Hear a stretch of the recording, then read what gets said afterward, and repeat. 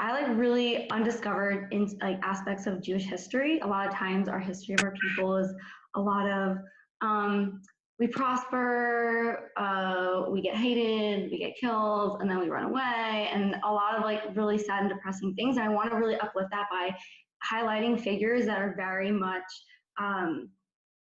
like rebels and really stick up for the Jewish people. And so we're going to go through this, just give you a little insight. I've been reading about Jewish pirates in the Caribbean. And when we think of Pirates in the Caribbean, you oftentimes think of Johnny Depp and his kick-ass crew, I guess. And some of those figures are true, like the pirate Barbossa, which we'll talk about a little bit later, but also just realizing like what is a true pirate's life and how that became established. So I'm gonna try and share my screen real quick. Okay. Okay, can everyone see? We're good. Okay. We're good. Awesome. So Jewish pirates in the Caribbean, Jewish freedom in the New World, and revenge on the Inquisition. So to give you some context, I just wanted to, feel free to interrupt with questions at any time, but I wanted to just give some context of how Jewish pirates are even a thing, or why do they even exist in the first place? Because when we think of pirates, we think of people who steal, and you know, as Jews, we don't really ethically in Judaism, are we ethically allowed to steal? And there's a lot of questions like that. So I find that this topic is really interesting. Okay, so to give some context, we're going back to the Spanish Inquisition, but the Jews in Spain in general. Jews have been living in Spain for 1,500 years when King Solomon sent them there as a trading post. And they've lived there through the Moors, the Catholics, and many other, like the Roman Empire, until they got to the Catholics. And when we think of the Spanish Inquisition, we think of 1492, we think of the expulsion. But to set some context, Jews were already having a hard time in Spain hundreds of years before that.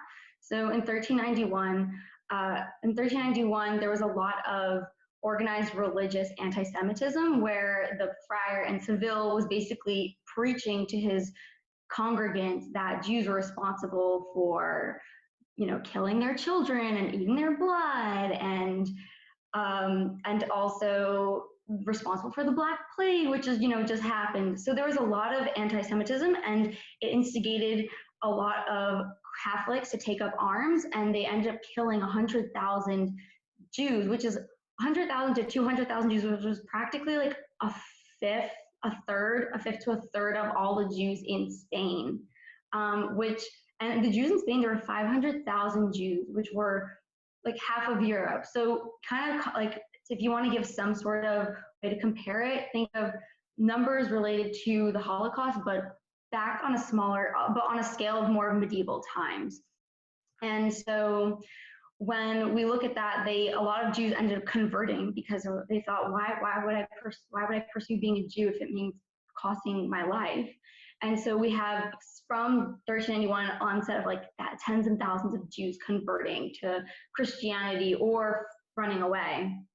So by the time the late 1400s roll around, most of the Jews, like half of the Jews, are already dead, or they're gone, or they're converted. And so to get rid of the rest of the Jews, the Queen appointed the first Grand Inquisitor in 1482 to just be like, we need to purify all of like this Catholic country and bring it to its true sense, because they were done purifying it of the Moors, which were the Muslims. And so the next they moved on to the Jews. And so not only did the Grand Inquisitor, he went on to kill thousands of people, but even people who were dead, who were accused of being Jews after they were dead, their bodies were exhumed, and then they burned their bodies just to make a point. People were like hated Jews so much that even after the fact that people were dead and they still went through the effort of exhuming their bodies, like 7,000 bodies just to burn them. It was more of like a cult. What was the cultural, you know, what was the cultural stream? What were people thinking, and seeing how that permeated the country throughout. And then we get to 1492, where we have the finalized expulsion, saying, okay, all Jews, you have to convert or you will die or leave, basically. And so anti-Semitism, and it was a really big buildup in one of the oldest communities outside of Israel for Jews, and the largest. So at the time of all of those, the tension of the Spanish Inquisition, there were also, it coincided with the new age of Spanish exploration. They were sending Spanish explorers across the world, hoping to find gold and other treasures that would help strengthen their economy. But what happened is that in this time, just to give you a context, because we will talk about Columbus a little bit later on, Columbus tried to find India, ended up finding North America. And then from like this map, you can tell that other parts of South America were then how the influence of Spanish exploration spread in that kind of regard, because it's very important to the aspect of Jews in the Americas later on. So I just wanted to talk about the Jewish roles in Spanish exploration. So at this point, there are people who are new Jews, people who are still Jews in Spain, and people who for a couple of decades have already been Jewish. There's a mix of people. So what we see is a lot of Jews that converted. They have made their way into high roles of society. One of these people is Luis de Santangel. I don't know how to say that. So what happened was when Columbus came to the king and queen of Spain to propose his exploration for them to finance it, they didn't want to. They were already having hard strains with money. So Columbus, they were basically sent him packing, and they didn't want to finance his trip. But Luis Santangel was the head royal advisor, financial advisor, and he was a converso. So he had converted from Judaism to Christianity, and what happened was he knew that year they were going to kick out all the Jews. He knew that was coming because of words that were speaking in the castle, or the royal court, I guess. So after they sent Columbus packing, Luis, the secret Jew or Christian Jew, he ended up going back to the queen and telling her, "Are you crazy? What happens if he goes out there and he finds this whole new world, and you're going to feel like such a schmuck for not having to invest a couple of pennies in his finance? What's a couple of ships going to cost to you in the grand scheme of this being like a whole gold mine for our country?" He was really scared that if they didn't find an alternative place for Jews to go, that the Jews in Spain would just be annihilated completely. So he told the queen, "Tell him to come back, and we'll if you want, I'll pay you the money that you would pay him to buy his ships." And he ended up financing Columbus's expenses to go and explore. We also have there's a lot of Jewish figures in this time that also play a role in the exploration. We have Abraham Zacuto, he was a rabbi, an astronomer, and he had developed this new advanced astrolabe that would be able to calculate a lot of things with the stars, and it helped people who were sailing ships, help them sail in different directions. So even though all the Spanish hated the Jews, they still knew that they needed their help. Everyone who sailed to cross the ocean was using a device used something that Abraham Zacuto had developed in order for them to get across. Any type of map, cartographers, any type of I'm not really proficient in the ways of sailing by sea, but those things were heavily influenced by Jews. And then you also have a lot of teenage conversos, or secret Jews, that were aboard Columbus's crew when he first came. One of the interesting things is that when Columbus came and he discovered gold on one of his voyages, he knew that he couldn't trust the governor of Jamaica at the time to bring his gold back. So there's this whole myth about Columbus's secret gold on the island of Jamaica, and it's told that Columbus, because he grew up in a big Jewish community, he had really good relationships with the Jews. He promised that there's a whole myth about how the teenage conversos actually helped smuggle Columbus's gold so that no one else would ever find it. But why would conversos even send their children? Why would people send their children across the world in a place they have no idea where or what is happening, who's living there? And the only reason is because they are so uncertain about their own economic livelihood, and not even economic, their own livelihood in this country. And so they're looking for another place to live. And that brings us to Jewish self-determination. Before the state of Israel even was an idea, Jews were trying to figure out another place to live where they didn't have to be at the whims of someone else. And so what ended up happening was that a lot of Jews in Spain had the idea of we need to find our own colony and we need to rule it ourselves, and no one else can ever tell us what to do. And so with these highs of Jewish self-determination and these ideas, a lot of wealthy Jews ended up financing Columbus's journey and sending their children, well, their sons, over there so that they could carve out a piece of land and do what they will. And that's why Columbus had a hard time even negotiating his deal with the king and queen, because he really wanted hereditary title. He wanted for that any place that he discovered, he and his children would be able to rule there freely. And the king didn't want to have that because, are you crazy? That would be like, imagine if how much Columbus finds and then it all belongs to Columbus. But he ended up holding out for it because the Jews told him, and speculating that the Jews told him that he had to hold out for it because the Jews were banking on the fact that Columbus was very much sympathetic towards them and their plight. And they thought that if Columbus's family was ruling over certain lands, that Jews would be able to live there peacefully. And that is what happened. After Columbus got the hereditary title over Jamaica, Jews were able to live there for a long time, either in secret or just like no one really looked their way, basically. So there was a whole community of, they called them Portugals, even though I don't know why they would call them Portugal. They're called Portugals, was the name of the Jewish community in Jamaica. Then you have the Sur Israel of Brazil. So as a Spanish, are all racing towards South America and America, other countries want in on it too. So you have the Dutch coming in and trying to also, make a dent and make their mark and see what they can get. And at this point, Brazil is conquered by Portugal. Portugal also not so friendly to the Jews.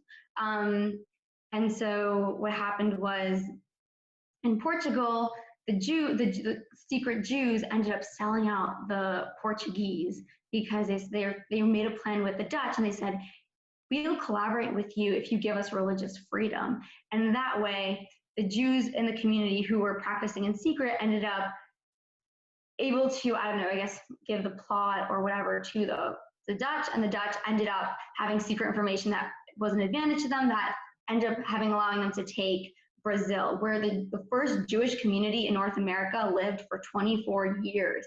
And it's so fascinating because the Jews over there started having, like, we can see from like what were things, how do we know that there was Jews over there? And they have a lot of information about what things were outlawed on Shabbat, what things. So for instance, in their community, this group of Jews banned playing cards on Friday afternoon because it would people would get too caught up in the card games and then they wouldn't want to come to services on Friday night. So the community said, like, no more playing cards on Friday afternoons. And then they also imposed fines on people who tried to bring Christian women to the mikvahs. And I thought that was really fascinating because what we see is that in exploration, a lot of people there's not a lot of women involved. A lot of women aren't going to get on that journey and sail across the ocean and take a chance on their lives and fight with other natives. So because there were very few women, a lot of Jews tried to take Christian women as their wives and dunk them in the mikvah in order to, as part of the ritual ceremony for marrying someone. Another thing was that the Jews had a big monopoly over like the sugar, and they were heavily involved in piracy, which I'm going to talk about later. They gave they charged Jewish pirates 3% of everything that they brought back. And I wanted to talk about why that's so important. So we talk about pirates and we think of the pirate kind of life, people who are thugs, who steal things, who take things without reason, who engage in battle. Is there anyone what is anyone's idea of a pirate, or what do they know about pirates? I don't have anything to say. I got this. Okay. I think they like try to like catch other ships and like put them on the ship and then steal the goods from their ship and then leave. Yeah, that's right. And they do it legally. Would you guys think they're allowed to do it legally or illegally? Does anyone know? Illegally. You think illegally? Well, they actually are legal to do that. So the way it works is that a pirate ship, what happens is pirates can't just be on their own. Like, yeah, if you want to go in the waters and steal from people, you'll make a lot of enemies real fast and you won't sustain a crew for that long. So what ended up happening was that countries would hire pirates as their own private pirates, basically. So you get a letter of marque, which means like if I'm Portugal, I want to hire my own pirates. And now the pirates, they can carry the Portuguese flag, and then they can, when they're in the sea, they don't harm any Portuguese ships. But when they see enemies of Portugal, they're allowed to attack them and do whatever they want to them. And in return, they have to give a percentage of the booty to the Portuguese. And in return, the Portuguese gives them money to allow them to sustain their lifestyle and do whatever they want. And so what happened was as soon as the Spanish explorers came to the Americas, they started bringing back booty, and they realized real quick that something was up, because if you find a lot of gold or a lot of treasure or one sort or the other, there are a lot of ways that like pirates will end up fighting other pirates, and there's a high chance that your booty can get stolen. So what ends up happening is that the Jews end up engaging in piracy. So here are some things that we want to know. So Jews had a motive against the Spanish. They didn't belong to any country. No country wanted them. So in a way, it was the most beneficial piracy, espionage. I don't say espionage. It was like the most efficient way to do piracy with the least amount of cuts taken from your booty, because you didn't have a percentage given to another country. So when the Jewish pirates, they would form whatever ship they could, right? And then they would go and they would attack Spanish ships, because people in the New World that were merchants were Jews. Jews made up the mercantile class of Spain and throughout Europe. So when the Jews came to settle in different countries colonies like Mexico, Brazil, and Jamaica, and different other smaller islands, the Jews were the ones who were involved with the banks, and they were also the ones involved in mercantile. So the Jews knew when ships were coming from which countries and what were on them, and then the Jewish bankers and the Jewish merchants would then sell that information to other Jewish pirates, and then the Jewish pirates would then attack the Spanish as a form of revenge for kicking them out of their country and killing all their people and putting them on stakes and burning their bodies. And they found a way of doing that as revenge. They would attack Spanish ships, bring back the booty, and then the booty would then be redistributed within this Jewish community. It would then be in that kind of way. So the Jewish community, for instance, in Brazil, charged a 3% booty for all the pirates that came in over there. But again, all the money still went to establish like Jewish communities, which was very important for their existence, because they knew that if the Inquisition followed them to the Americas, they were done for.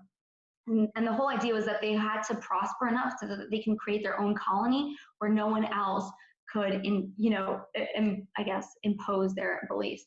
So really quickly, obviously that didn't happen because there was never a Jewish colony in the end. What ended up happening was that these colonies were very heavy on like sugarcane, and what ended up happening is that the Portuguese ended up, for the community in Brazil, they ended up taking back Brazil from the Dutch, and the Jews had nowhere else to go because the Inquisition had already followed them to the Americas. So they had to leave or die.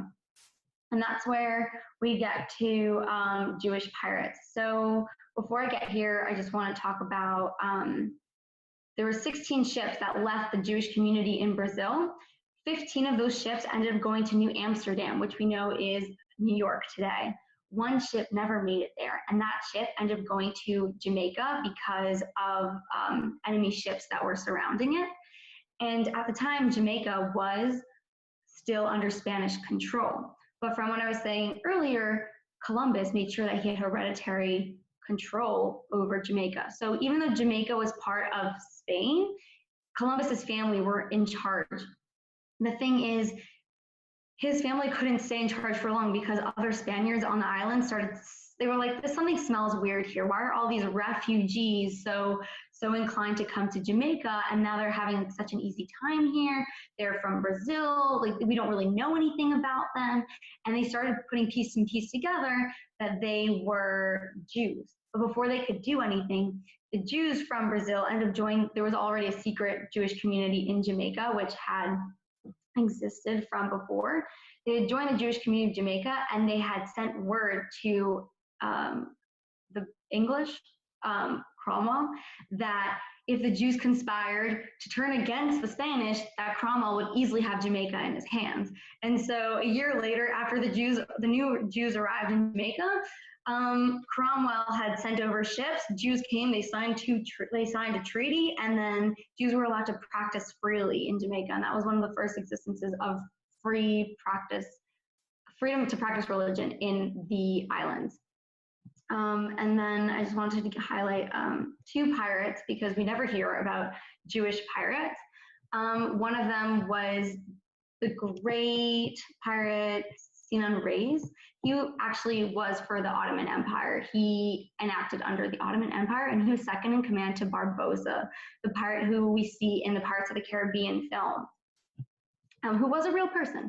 And the pirates are treacherous people. They go and they bootleg and they engage in many wars, and Sinan Reis engaged in many wars with his crew against Spain. And it was told that that his son was kidnapped when he was trying to meet his father, and his son was kidnapped and ended up taken to court to be raised up as Catholic. And Barbossa, who is not Jewish, right? He's a pirate, but he's not Jewish and he has no stake in it. But his second in command he ended up going and attacking and sending on war onto, I forgot the name of the country. I'll probably remember it in a minute, but where his son was, where the Ray's son was being held, and he ended up rescuing his son, even though it was like there was no connection. Do you know what I'm saying? Like, yes, he was a second in command, but it wasn't like it was more of a personal stake. He didn't benefit from it economically at all. And then the last pirate that I wanted to talk about was the rabbi pirate Samuel Palachi, or Palachi.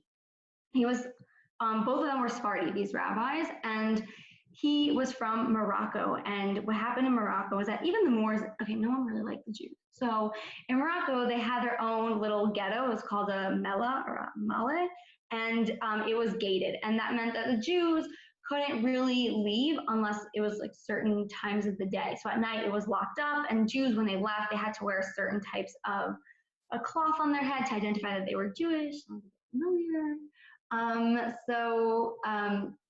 This is where Samuel was from, and he and his brother, they would engage in piracy, and they would go and venture out, and they would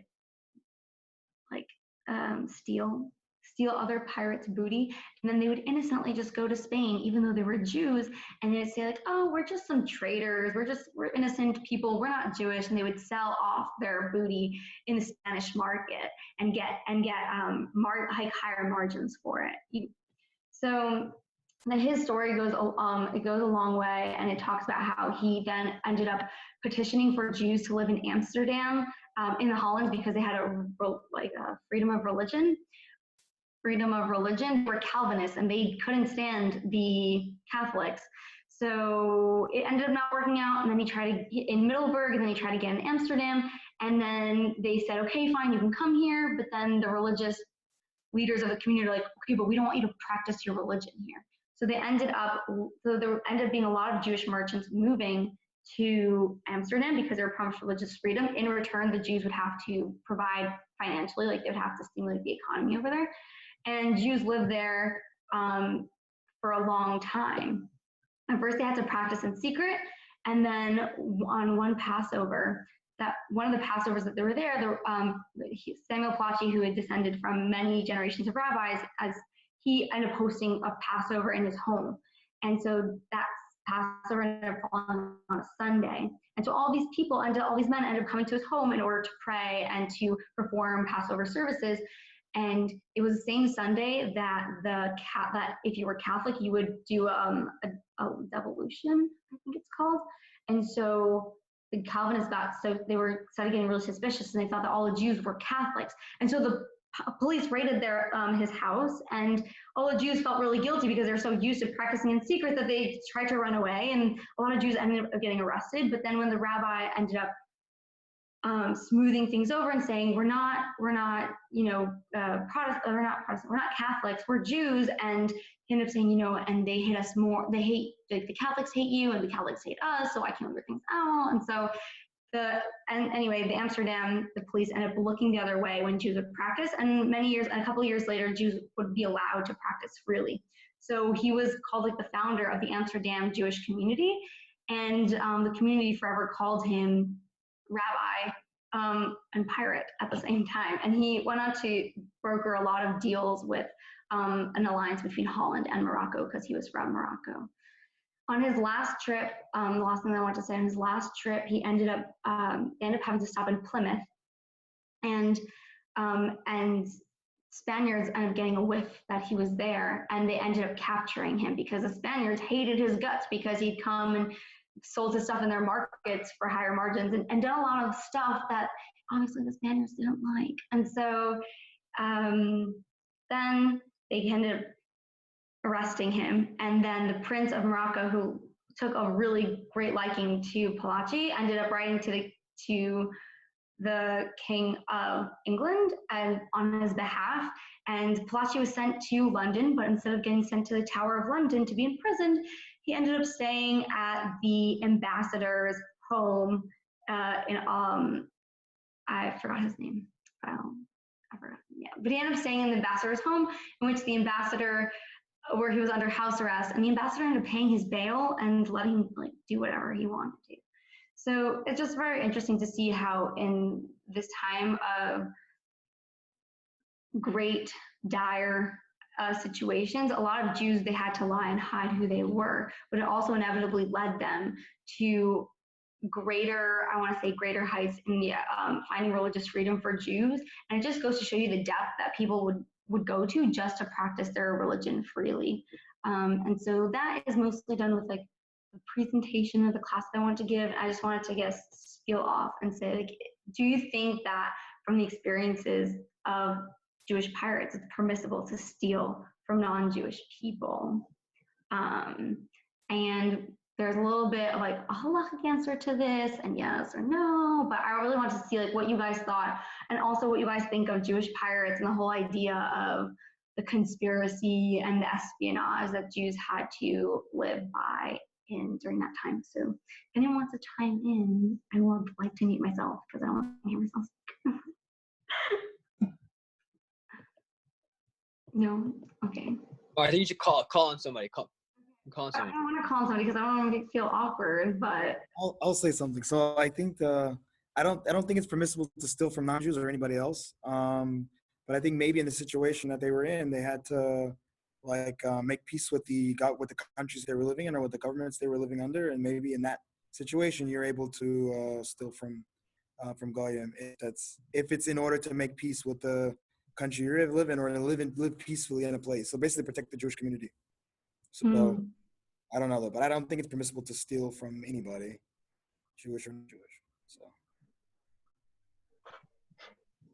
yeah, can I ask that? Oh yeah, go Shifon. Sorry, Jake.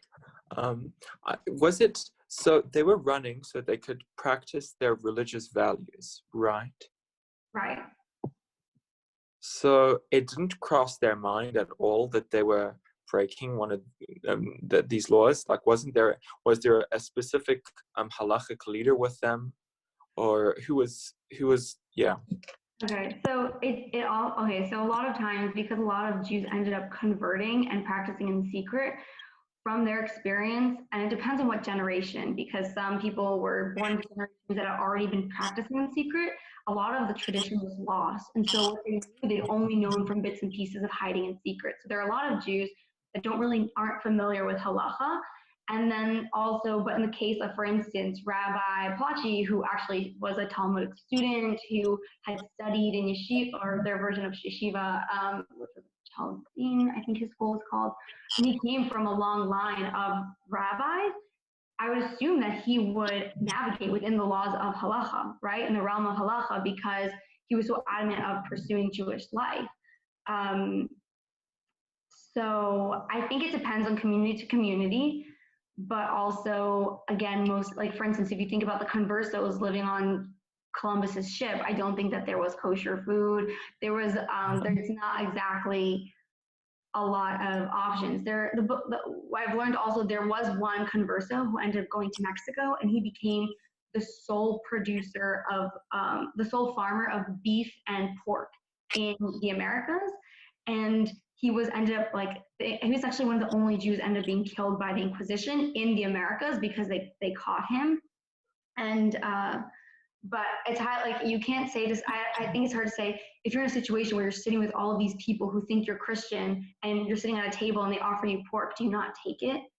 Like, when pork is like the staple of their cuisine, do you know what I'm saying? Like, do you risk the fact of being suspicious in order? So I think that's also very interesting. Like, where were the lines drawn? A lot of times these Jews, they would only, like, when the Jews knew who the other Jews were in other communities in the New World. And so that's how they navigated banking and stuff like that. And it would say that they would come to their, like, when Jews would enter the other Jews' homes, they would refer to themselves in their Hebrew names, and they would read Torah together, and they would celebrate holidays together. So there are aspects that they try to grasp. One last thing that I forgot that was really important was that being a Jew in the New World is very advantageous for you because of pirates, or because of merchants and loot and things that they found in the New World. So if you were, let's say, I don't know, English or whatever, right, and you found a bunch of gold in the colonies or something like that, you weren't going to risk taking a boatload of gold back to England in order to claim it for your country, because you could get invaded by all of the pirates on the way and other ships that were enemies of England. So what they would do is that they would take the gold, they would deposit it with the Jewish bankers. The Jewish bankers would then give you a piece of paper saying that you have XYZ amount of gold within our institution. You would cross the sea. Pirates don't really care for a piece of paper that says that. So you would go unharmed. You would come back to Europe and you would file it with another Jewish banker who has connections to that banker, and you would be able to get gold from Europe that would claim that you had gotten that gold in America. Do you know what I'm saying? It was like a more trustworthy way for you to keep your goods intact. So that's why, even though no one liked the Jews, they all needed the Jews in order to navigate this really, really chaotic atmosphere where things were so unsure. So what's the answer? Is it allowed or not allowed? Halachically speaking, the Rama says that it is a rabbinic prohibition not to steal from non-Jews, but according to Torah laws, that it is permissible to steal from non-Jews. And we get that from this one example where a man stole a ring from a non-Jew and ended up using it to marry his wife. And then they asked if the marriage was valid or not, based on the fact that he didn't own the ring. So that's where we get the basis of that. Though it's like really, though there are other rabbis that disagree too, it comes from that it's more of a rabbinic prohibition. And I think that this is not so necessarily like falls, but this halacha, I don't know, does it fall right with the fact that people were hiding and their lives were at stake and they had to do this in order to gain religious freedom and to practice freely? I don't know, maybe there's a bit more leeway for that. Right. That's so, like, I feel like so often people are willing to do absolutely anything for pikuach nefesh, like the idea of like to save someone's life and how far you can push that. It's just interesting, like, to do all these, because it seems like in this time to be a Jew was put your life at stake. And so then do you accept the pork? Yes. Or, I mean, whatever. Just very interesting, very complicated. Yeah. I actually read in my like a Jewish history class, and I think it was that like one verse, like that pasuk about like you can steal from like non-Jews, like biblically, like they would censor that out, like when like they were under certain like powers that were trying to like persecute them, and they wanted to look at their Torah and see what it said. So actually, I remember learning they censored that out. I forgot it was in Russia. I forgot exactly where. Maybe you know better than me. Oh, it's interesting. I didn't know that. I don't know. Okay, awesome. But this is awesome. I literally had no idea about anything. There was even Jewish pirates. So thank you everybody for coming. Thank you, Tamar, for giving such an interesting Jewish history idea here. I put the link in the chat for our group chat. If you guys, anybody who joined this Burah is eligible for a $25 Amazon gift card raffle. So if you want to join the Burah chat, we will have a link sent out to fill that out. And we also have Burahs 3 times a week from different students around the globe, giving different ideas. So you're welcome to join. So thank you everybody for coming. Thank you, Tamar, again, and look forward to time. Awesome. Have a good week, guys. Stay safe.